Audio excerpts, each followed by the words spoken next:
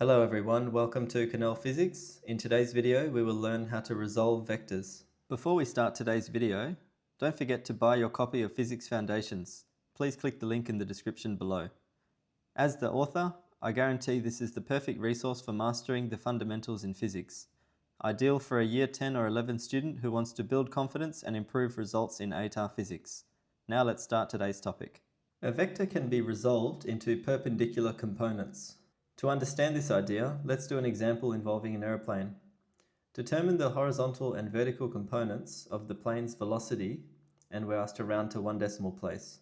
If we look at the plane here, it's moving at 240 meters per second at 15 degrees above the horizontal to the right.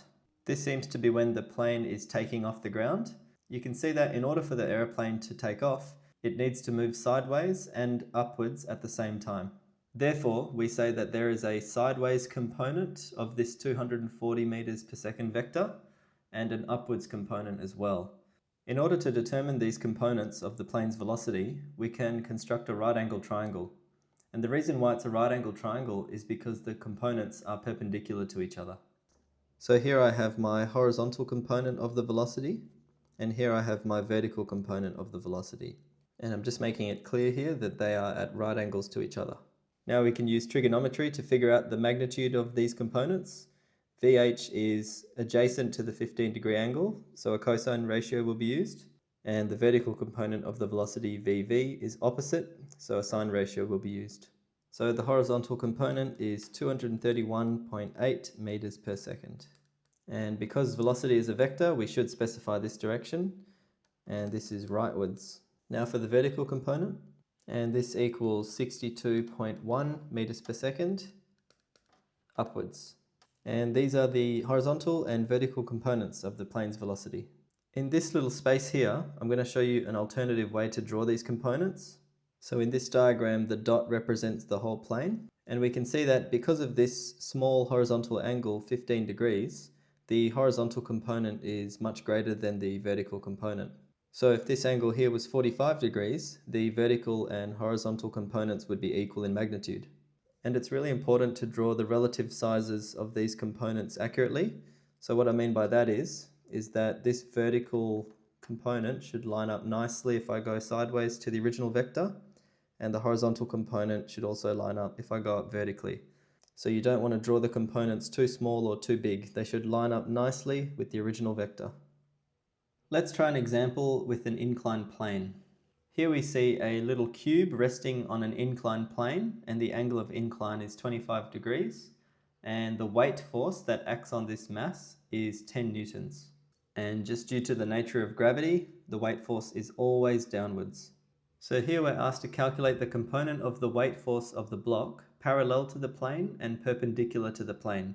Since we're asked to find the components of weight parallel and perpendicular to the plane, so this line here, this slope, this is what we mean by the plane. Let's draw these in with dotted arrows. So here you can see the dotted line that is perpendicular to the plane, and here you can see the dotted line that is parallel to the plane. These will help us solve for the components. Now it's clear that the weight force is a bit of both. It's between the perpendicular component and the parallel component with respect to the plane. I'm going to draw these components with a red arrow, and I'll try my best to draw them to scale. What I'm going to do now is draw the weight force in terms of its components in a vector diagram in this space here. And as always, the original vector is always the hypotenuse of the triangle, and in this case it's 10 newtons. And you can see the two components here. The parallel component to the plane is over here, and the perpendicular component is over here. Now, in order to find the magnitude of these components, I need to determine an angle in this triangle. To help me do this, I'm going to use some geometry. If you look closely, we have a right angle triangle here, the right angle being over here. And we know that the angles in a triangle add up to 180. So we've got 90 degrees here, 25 degrees here. So therefore, the third angle in this triangle must be 65 degrees. And if we look even closer, we have another right angle triangle over here. The right angle being here now. But there is also a 90-degree angle over here between this parallel component and this perpendicular component. So I'm going to draw a big right angle over here. and therefore this must be the angle 25 degrees, because 25 plus 65 makes up that right angle, 90 degrees. So if we extend this to the vector diagram I've drawn here, this angle here in the top must be 25 degrees, the angle of incline of the plane. So now I'm going to label these legs of the triangle so I can solve for them. So here I've got F subscript PE, PE standing for perpendicular, and here I've got F subscript PA, PA standing for parallel. Now it's quite easy to solve for the magnitudes of these components using trigonometry. We can see that the parallel component of the weight force down the plane is 4.23 newtons, and the perpendicular component this way towards the ground is 9.06 newtons. And because the question didn't specify how many decimal places or significant figures we expressed the answer to, so to know how many digits to use, we look at our original numbers, 10.0 and 25.0. Those both have 3 significant figures. And because we multiplied and used trigonomic ratios, that's the condition to go by the lowest number of significant figures. But since both data is provided to 3 significant figures, that makes it easy. Our final answer is to 3 significant figures. Hence why I rounded the answers to 4.23 and 9.06.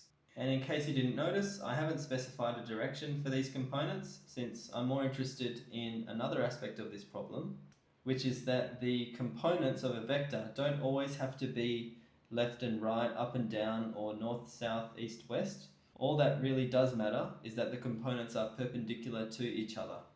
So these are my answers. And that's it. Let's do an exam style question. Through this we will learn that the resultant vector can be determined by adding the components. So what do I mean by this? Well, first let's read this example out. Determine the resultant force on the ball.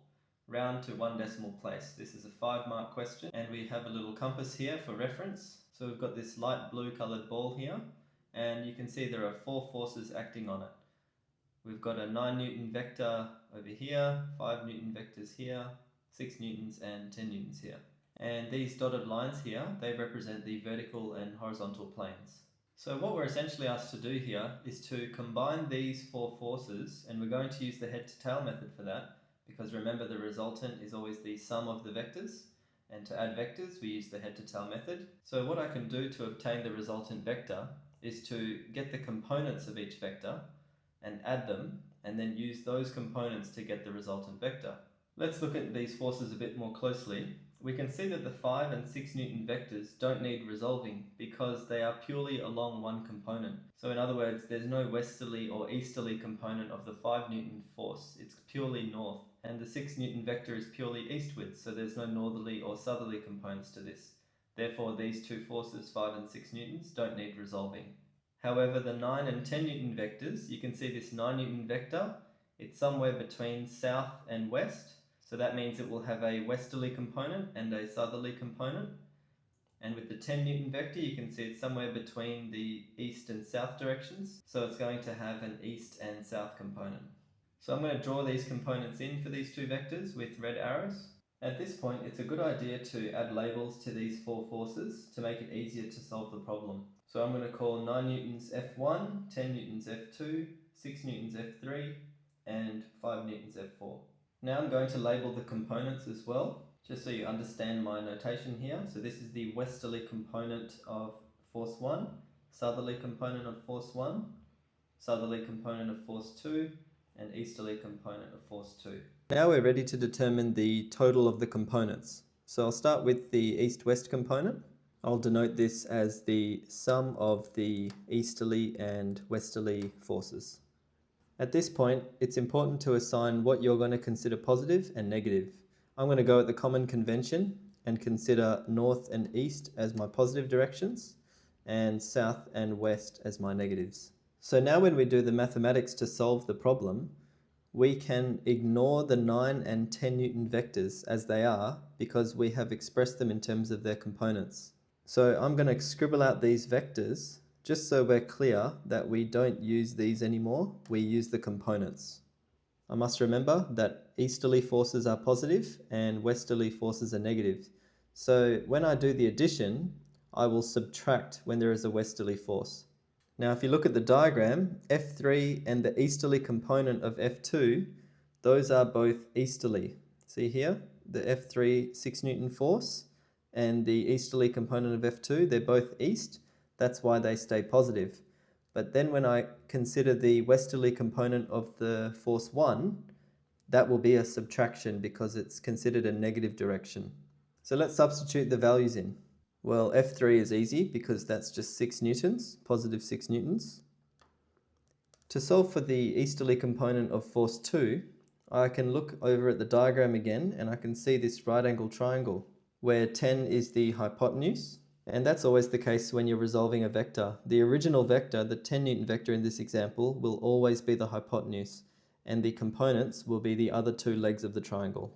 And we can see this easterly component of F2 is opposite to this 45 degrees, and you're given the hypotenuse 10, so we're going to use a sine ratio for that.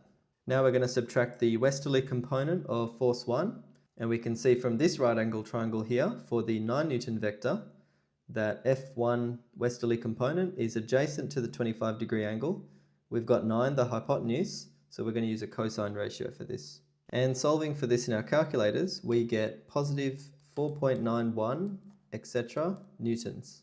And I'm just highlighting the fact that it's positive because this will remind me that this component is easterly. What you need to understand is that this 4.91 Newton east force is the easterly component of the resultant force.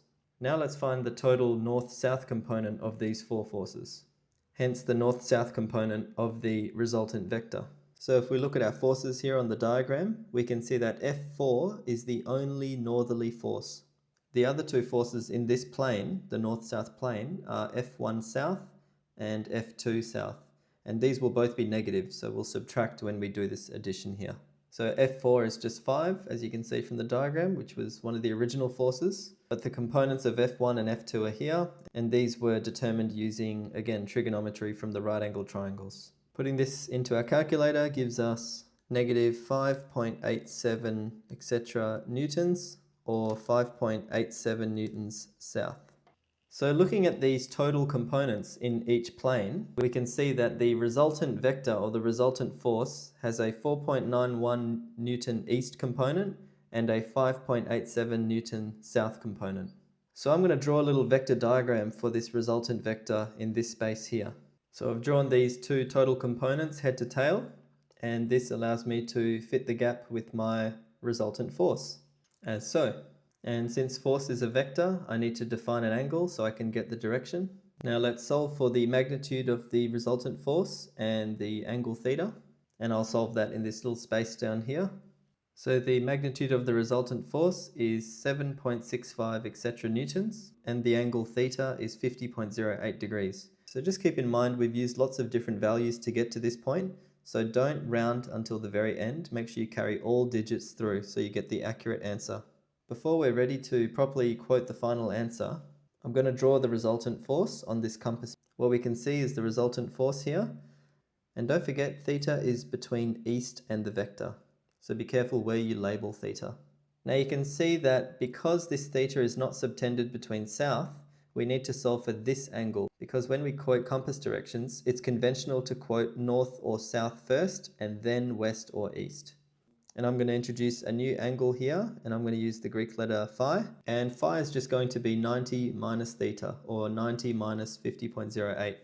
Therefore, phi equals 39.91 etc. degrees. Therefore, the direction of this resultant force is south 39.9 degrees east.